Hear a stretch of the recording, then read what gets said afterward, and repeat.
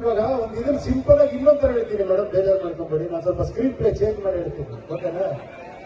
ಯಾಕಂದ್ರೆ ನಂದು twisted screen play, ಅದಕ್ಕೋಸ್ಕರ.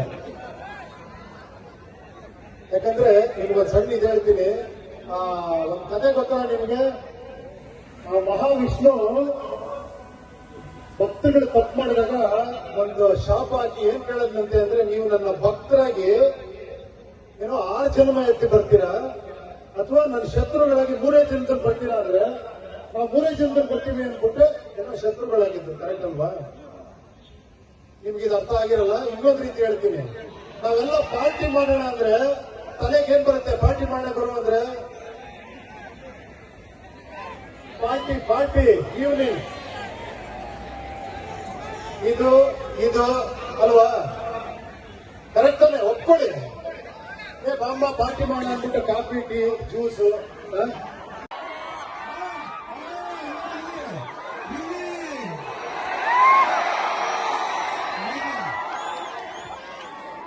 ಸಮಸ್ಯೆನೂ ಇದೆ, ಪರಿಹಾರನೂ ಇದೆ.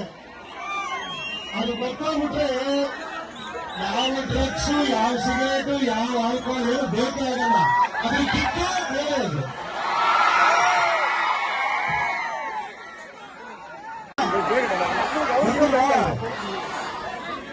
ಅದೇ ತರ ಬರೀ ಡ್ರಗ್ಸ್ ಅಲ್ಲ, ತುಂಬಾ ಗಾಂಜಾಗಳಿದಾವೆ ಈ ಪ್ರಪಂಚದಲ್ಲಿ.